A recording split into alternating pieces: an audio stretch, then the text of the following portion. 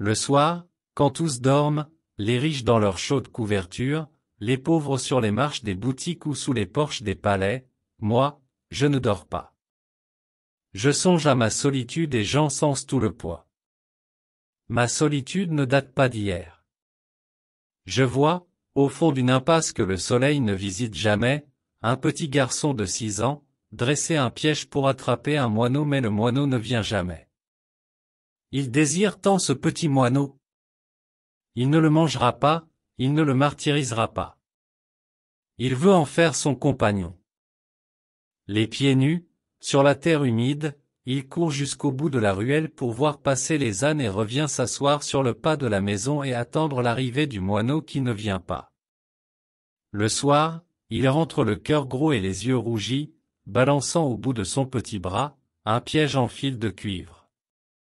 Nous habitions Darchouafa, la maison de la voyante.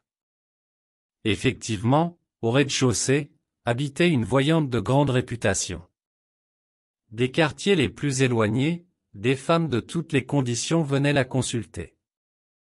Elle était voyante et quelque peu sorcière. Adepte de la confrérie des Gnawa, gens de Guinée, elle s'offrait, une fois par mois, une séance de musique et de danse nègre. Des nuages de benjoin emplissaient la maison et les crotales et les guimbris nous empêchaient de dormir, toute la nuit. Je ne comprenais rien aux rituels compliqués qui se déroulaient au rez-de-chaussée. De notre fenêtre du 2e étage, je distinguais à travers la fumée des aromates les silhouettes gesticulées. Elles faisaient tinter leurs instruments bizarres. Entendait des youyous. Les robes étaient tantôt bleu ciel, tantôt rouge sang, parfois d'un jaune flamboyant. Les lendemains de ces fêtes étaient des jours mornes, plus tristes et plus gris que les jours ordinaires. Je me levais de bonne heure pour aller au MCID, école coranique située à 2 pas de la maison. Les bruits de la nuit roulaient encore dans ma tête, l'odeur du benjoin et de l'encens m'enivrait. Autour de moi, rôdaient les Jnouns, les démons noirs évoqués par la sorcière et ses amis avec une frénésie qui touchait au délire. Je sentais les Jnouns me frôler de leurs doigts brûlants, j'entendais leur rire comme par les nuits d'orage. Mes index dans les oreilles, je criais les versets tracés sur ma planchette avec un accent de désespoir. Les 2 pièces du rez-de-chaussée étaient occupées par la chouafa principale locataire. Au 1er étage habitaient Driss El Awad, sa femme Rama et leur fille d'1 an plus âgée que moi. Elle s'appelait Zineb et je ne l'aimais pas. Toute cette famille disposait d'une seule pièce, Rama faisait la cuisine sur le palier. Nous partagions avec Fatma Bziouya le 2e étage.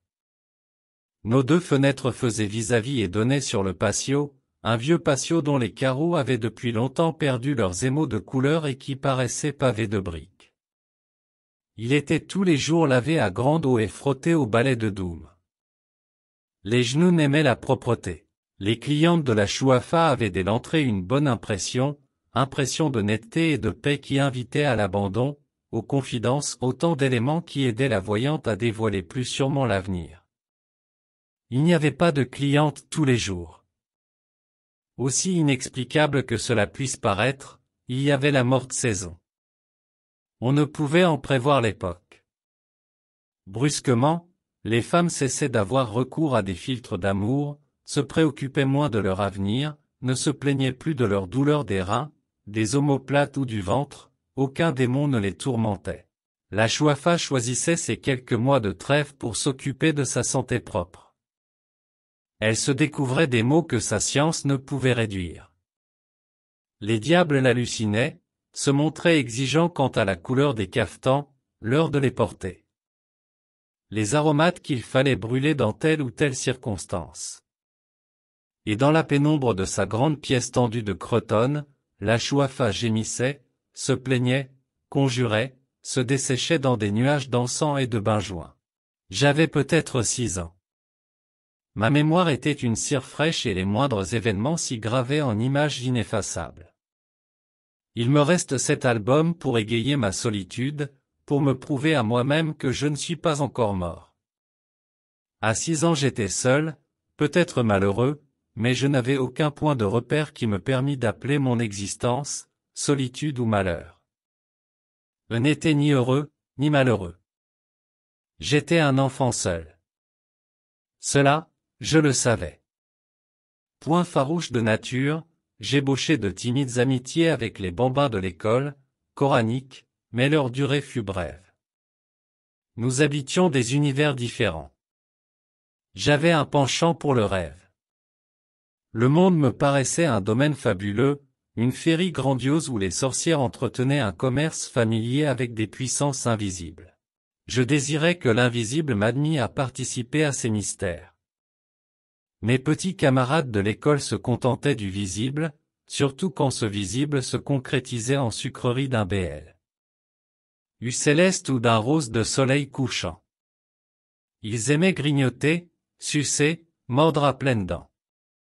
Ils aimaient aussi jouer à la bataille, se prendre à la gorge avec des airs d'assassins, crier pour imiter la voix de leur père, s'insulter pour imiter les voisins, commander pour imiter le maître d'école. Moi je ne voulais rien imiter, je voulais connaître.